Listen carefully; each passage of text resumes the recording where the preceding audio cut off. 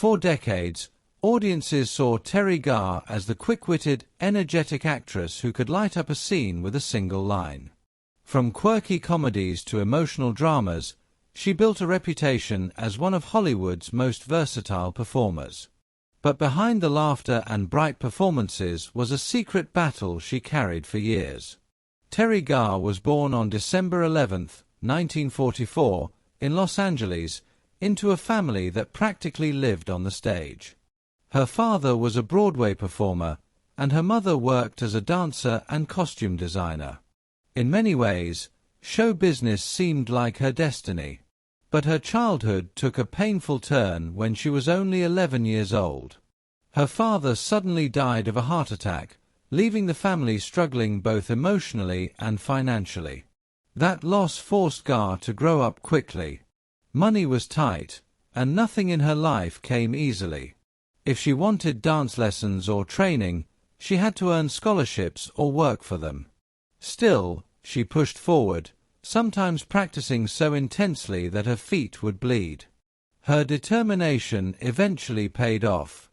In the 1960s, she began appearing as a background dancer in several films, including multiple movies starring Elvis Presley. They were small roles, sometimes barely noticeable, but Garr kept showing up, believing her moment would come. And eventually, it did. In the 1970s, her career took off with memorable roles in films like Young Frankenstein, The Conversation, and later Close Encounters of the Third Kind. Her sharp comedic timing and natural charm made her stand out. But the role that truly cemented her reputation came in 1982 with Tootsie. Her portrayal of Sandy, a struggling actress navigating Hollywood's chaos, earned her an Academy Award nomination. To the public, it looked like Garr had reached the peak of her career. But around that same time, something strange had already begun happening to her body. She would trip while jogging. Her arm would suddenly feel numb. Sometimes her coordination simply disappeared for no clear reason. Doctors initially dismissed the symptoms. Some thought it was stress, others suggested minor nerve issues. But the truth was far more serious. After years of confusion and medical visits, Garr was eventually diagnosed with multiple sclerosis, a chronic disease that affects the brain and spinal cord. And she had likely been living with it for decades. For a long time, she kept the diagnosis private. In Hollywood, admitting to a serious illness could mean the end of your career. So she continued acting, smiling in interviews, and appearing on talk shows while quietly managing a condition that was slowly changing her life. Finally, in 2002, she decided to speak publicly about it. Instead of hiding her struggle, Garr turned it into something meaningful. She began advocating for multiple sclerosis awareness, speaking at events and encouraging others living with the disease not to feel alone.